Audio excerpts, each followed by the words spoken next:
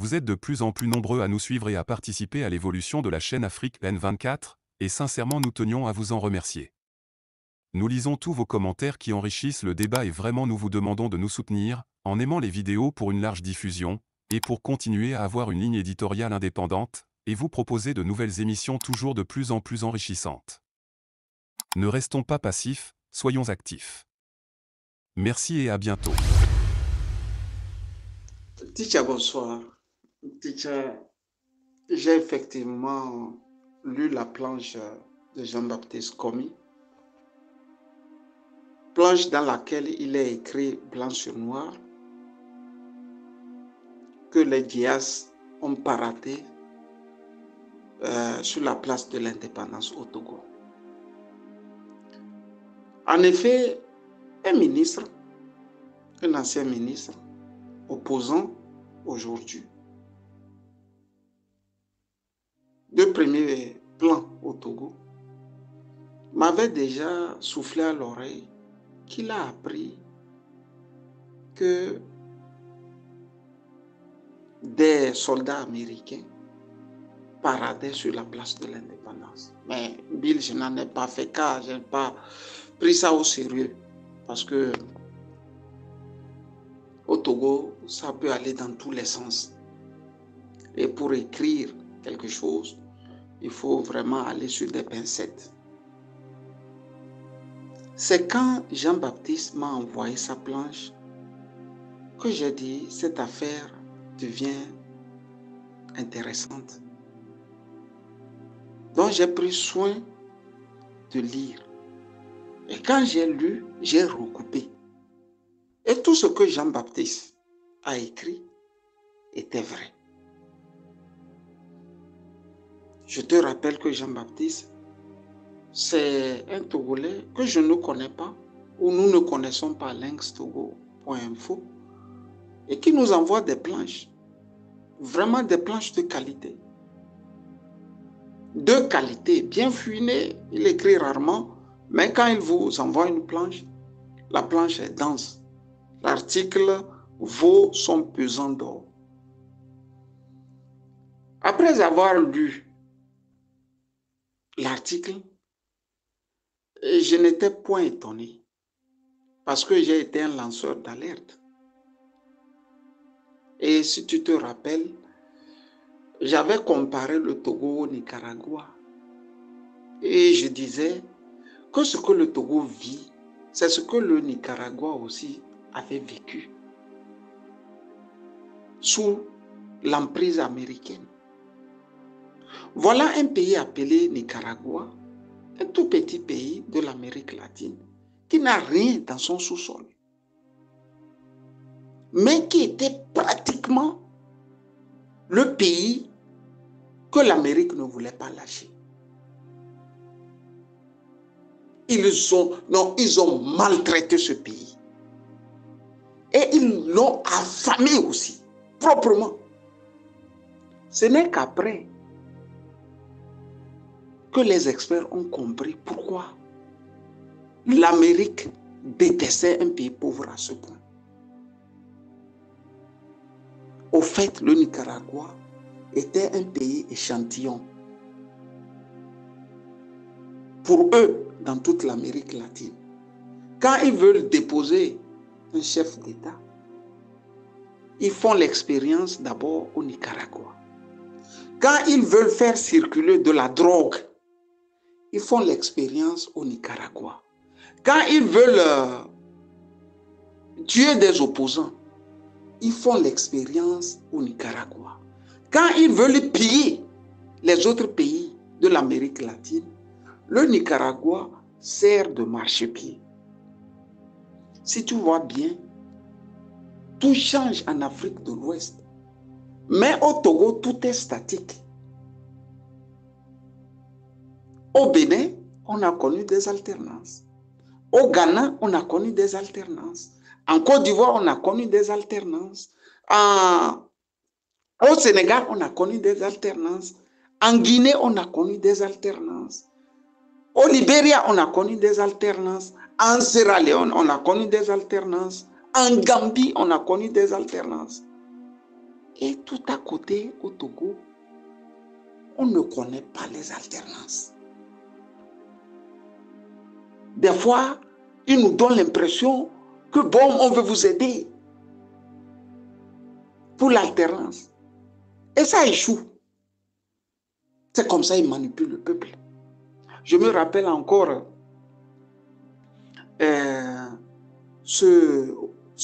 comment à chaque fin d'année en France, on vote pour la personnalité politique de l'année en Afrique. RFI et France 24 avaient choisi Tikwi Achadam. Donc, comme ils nous ont volé la révolution, en contrepartie, ils nous donnent l'espoir que le révolutionnaire de l'année est togolais. Les gens acclamaient. Les gens m'ont même envoyé des choses pour publier. J'ai dit, mais ça, on ne peut pas publier ça. Mais un révolutionnaire porte le nom de révolutionnaire quand il a pu renverser la donne. Vous nous donnez des titres de révolutionnaire, alors que le pays n'a pas changé d'un iota. Tu vois? C'était pour dégraisser. J'ai compris maintenant pourquoi ce ministre-là se moquait de moi. Quand j'ai décroché pour lui dire, cher ami, maintenant je crois que les Américains veulent vous chasser du pouvoir pour que le Togo souffle. Mais il avait eu un sourire, un rire vraiment ironique que je n'arrivais pas à comprendre. Il me dit, nous avons convoqué l'ambassadeur des États-Unis et nous lui avions posé des questions sur ce qu'il appelle compter bureau de vote par bureau de vote. Et il a présenté des excuses. Quand le dit ministre m'a dit que l'ambassadeur des États-Unis a présenté des excuses aux autorités togolaises, je me disais, mais non, arrêtons. Qu'est-ce qu'il a fait pour présenter des excuses? Après avoir dit que ce serait mieux de voter bureau et de compter bureau de vote par bureau de vote. Pour être franc, je n'avais pas pris cette discussion au sérieux. Je me suis dit, bon, c'est pour me narguer, c'est pour me dire que, bon, voilà, ils tiennent encore la mèche. Mais je vais tout de suite désenchanter. Et j'ai désenchanté quand ils ont pris 48 heures pour proclamer Faure Gnassingbé président. Si tu te rappelles, ils avaient donné un pourcentage qui dépassait les 100. Ils ont corrigé ça. Dans le vol, dans la précipitation, ils se sont donné des pourcentages. Quand tu fais l'addition, c'était élevé. Donc moi, je me disais que c'était une preuve manifeste que les ambassades, surtout l'ambassadeur des États-Unis, va dire, mais je vous avais dit que ça doit être sérieux ce que vous faites. Bureau de vote par bureau de vote, au lieu de nous laisser le peuple comme ça dans les mensonges. La preuve est que vous donnez 101% dans une élection où ça doit être à 100%. C'est-à-dire vous avez volé. C'est pour ça dans les additions, vous n'avez pas retrouvé le juste milieu pour ne pas dépasser les 100. Et j'ai été effaré d'entendre 3 ou 4 jours après, le ministre Charles Kondi Abba, aujourd'hui décédé, dire publiquement que si les Américains menaçaient à leur couper la coopération, il y a ce que, je reprends ces mots, ce qu'on appelle en diplomatie des mesures de réciprocité. Ce qui veut dire qu'eux aussi, ils vont couper les relations avec les États-Unis. C'est là que j'ai dit non. Quand le ministre me racontait que l'ambassadeur des États-Unis s'est plié en 4 pour leur demander pardon et présenter ses excuses ensuite, c'était pas faux, c'était vrai. C'est là que j'ai compris aussi que non. Le pouvoir ne se trouvait pas là où on pensait. Mais qu'à cela ne tienne, il fallait continuer cette lutte-là. Là où il y a vol, il ne faut pas accepter. On a continué. Et là, c'est à partir de là, on a découvert que non. Le témoignage de RFI était quelque chose de faux. C'est-à-dire, c'est un petit journaliste qui s'est retrouvé comme ça, à Lomé, et puis bon, on a manipulé, et puis bon, lui aussi, il a aimé ça, et puis il a aidé, il a donné un coup de pouce à la dictature. Et ensemble, ils ont dit que bon, la France venait de reconnaître. Tant qu'à Macron, lui l'a sous-traité ça. Vous vous débrouillez, si on ne vous arrête pas dans le vol, bon, c'est bon. Si on vous arrête, bon, je sais comment m'en laver les mains. C'est pour ça, il le dira à Kofi Annan, qui me l'a dit aussi, que Macron ne savait pas, ne comprenait pas pourquoi on dise qu'il a reconnu des élections. Kofi Annan, ce n'est pas un petit quand même. C'est pas, non, arrêtons. C'est pas un petit. Ce n'est pas, bon, quelqu'un qui ne s'y connaît pas avec la diplomatie. J'ai voulu ne pas perdre le fil en te disant, Tisha, que le fait que des djihadistes paradent sur la place de l'indépendance au Togo veut dire beaucoup de choses. Quand on rectifiait Sylvanus Olympio, l'ambassade des États-Unis qui était mitoyenne avec la maison de Sylvanus Olympio savait ce qui allait arriver au père de l'indépendance. Mais ils ne l'ont pas secouru.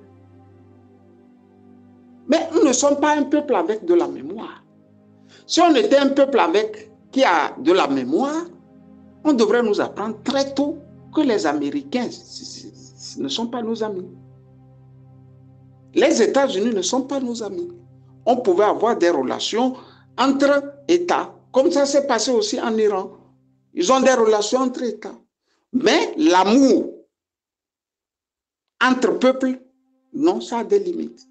Même l'Érythrée ne veut pas entendre parler de ce qu'on appelle Amérique et États-Unis, pardon. L'Érythrée ne veut pas en entendre parler jusqu'à nos jours. Mais le pays ne s'est pas écroulé. C'est un pays fort, aguerri. Ils font tout dans leur langue. Ils ont leur propre monnaie. On les appelle la Corée du Nord de l'Afrique. Mais c'est faux. Approchez les Érythréens, ils sont partout en Europe. Et pour ceux qui ne le savent pas, ils font chaque année leur fête, leur grande fête à Francfort. Si vous voulez voir la beauté, prenez le chemin là. Moi qui vous parle, j'ai déjà fait l'expérience.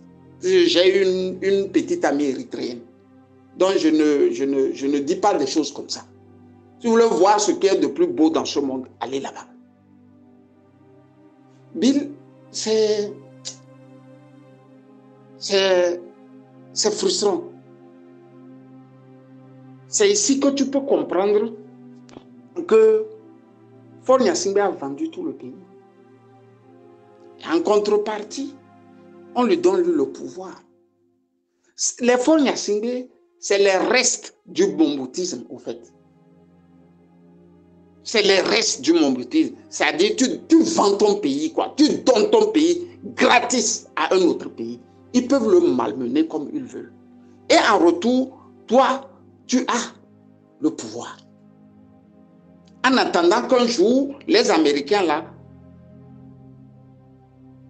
se disent que non, trop c'est trop pour les évincer. Ou bien une forme de nouvelle géopolitique dans la zone amène à l'évincer.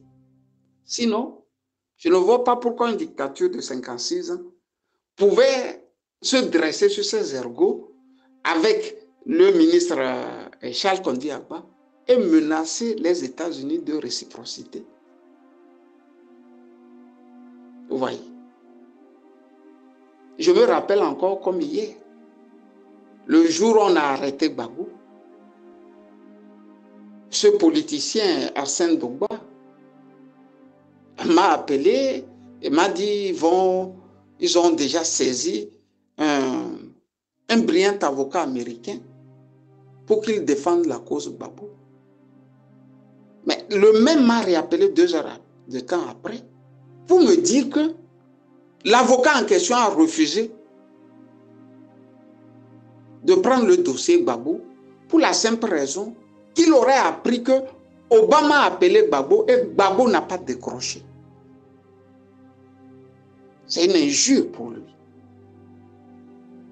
Et l'ambassadeur en question, au Togo, lui, il n'a injuré personne. Il a seulement dit ce que la démocratie pouvait être. On l'a menacé de coups et blessures. On l'a imposé qu'il présente ses excuses. Il s'est exécuté. Ce qui veut dire que la force ne trouvait plus du côté des Américains, mais du côté du Kabylie et de son clan. Maintenant, posez-vous la question, qu'est-ce qu'il a donné en contrepartie? Vous voyez, non? Déjà. Il faut lire, il faut beaucoup lire. Moi, ça ne me surprend pas. Tout le golfe de Guinée détient tout ce qu'il y a en termes de matières premières, de ressources naturelles, et tout. Mais comme nous ne savons pas sur quoi nous sommes assis, les autres veulent venir s'installer et en faire leur chasse gardée et nous mettre encore en esclavage. Tu vois? Aussi, il faut te rappeler de ceci. La dictature en Afrique a quelque chose de particulier. La dictature en Afrique veut toujours survivre. Donc, pour survivre, il ne s'encombre plus de stress. Faure Gnassingbé sait que les Américains détiennent beaucoup de lui. Abbas Kabo avait lâché une phrase. Les Togolais ont entendu, ils n'ont pas écouté. Il avait dit, lui, Abbas Kabo, on ne l'a jamais arrêté aux États-Unis. Vous savez, non? Il a dit ça. Mais on a arrêté quelqu'un quand même. Est-ce que ça a intéressé les Togolais? Non. Les Togolais ne savent pas que les Américains n'ont jamais bousculé pour que la CPI s'en charge de Faure Gnassingbé. Parce qu'ils savent qu'à long terme, ils vont l'utiliser pour ça. Sinon, plus de 400 morts, chiffre que les Nations Unies ont, et que personne ne lève le petit doigt. Et cela veut dire que quelqu'un tire les ficelles quelque part. Même le petit là, on a tué, que le général Kadanga a tué. Il y a un gros rapport de la CIA sur cette tuerie que les Américains détiennent. Force est qu'en 2 mouvements, il peut y avoir une révolution de couleur. Sauf que les révolutions de couleur, ça prend du temps. Ça prend 1 semaine, 2 semaines, un peu d'argent aussi. En Ukraine, par exemple, ils ont dépensé, eux-mêmes, ils disent qu'ils ont dépensé près du milliard pour cette révolution de couleur. Disons au Togo, ils vont dépenser au moins 1 million. C'est-à-dire qu'il faut donner à la société civile, il faut donner quoi pour soulever le tyran. Mais s'il faut travailler avec le tyran et avoir tout, Pourquoi maintenant mettre la démocratie maintenant en avant? Mais il y a des Togolais qui sont convaincus que les États-Unis sont un pays démocratique. Hein. À l'heure où je parle, il y a des Togolais qui sont convaincus. Puisqu'ils n'ont jamais lu. Et vous vous rappelez de la phrase de Kissinger, d'Henry Kissinger. Henry Kissinger en voulait aux Chiliens d'avoir voté démocratiquement à l'Inde. Il dit les Chiliens vont payer ça. Vous avez amené la démocratie. Les gens ont dit oui. Ils sont allés voter à l'Inde. Et Henry Kissinger sort et dit, les Chiliens vont payer ça. Ils vont payer. Après quelques mois, ils ont tué à l'Inde. Ils ont mis un général tordu, corrompu, appelé Pinochet. Ils ont aidé Pinochet. Ils ont écrasé le peuple chilien. Vous voyez, non?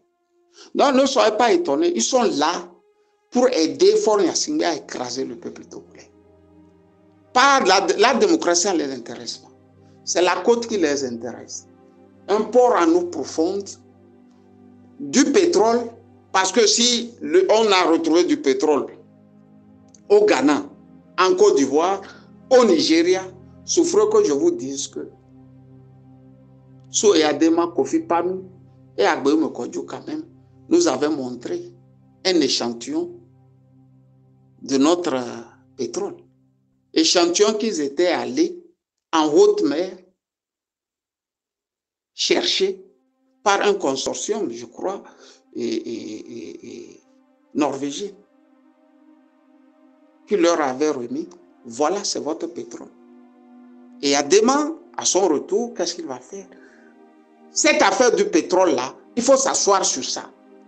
Parce que l'opposition va s'en servir et amener des gens ici qui vont nous faire des coups d'État. Clap de fin. Bonne soirée, Bill.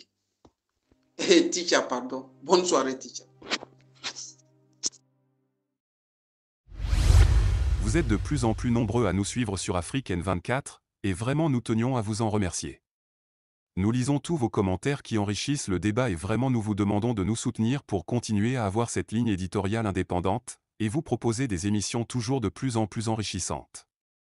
Merci et à bientôt. Likez la vidéo si ce n'est pas déjà fait. Laissez aussi votre point de vue en commentaire. Abonnez-vous et cliquez aussi sur la petite cloche de notification pour ne rien rater de nos prochaines vidéos. N'oubliez pas de partager aussi la vidéo et de la liker.